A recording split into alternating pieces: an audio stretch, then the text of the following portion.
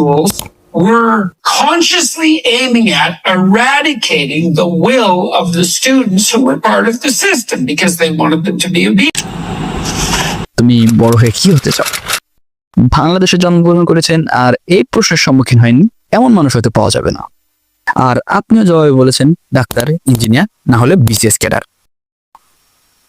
আর অন্যদিকে ইনস্টাগ্রামের relay বিলিয়নিয়ারদের lifestyle দেখে একবার হলেও আফসোস করেননি এমন মানুষও হয়তো পাওয়া যাবে না।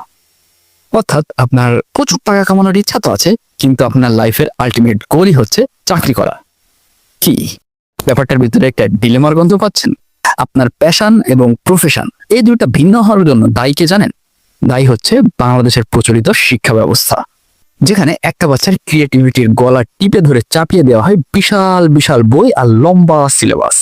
থাক, আমি আর টিপিক্যাল বাংলাদেশিদের মতো শিক্ষা ব্যবস্থাকে গালি দিব না, শুধু জানানোর চেষ্টা করব বাংলাদেশের শিক্ষা ব্যবস্থা আসলে কবে এবং কোন পরিস্থিতির উপর ভিত্তি করে বানানো হয়েছিল। আশা করি তারপরের টুকু আপনি নিজেই বুঝতে পারেন। চলুন ভিডিওটা শুরু করা যাক।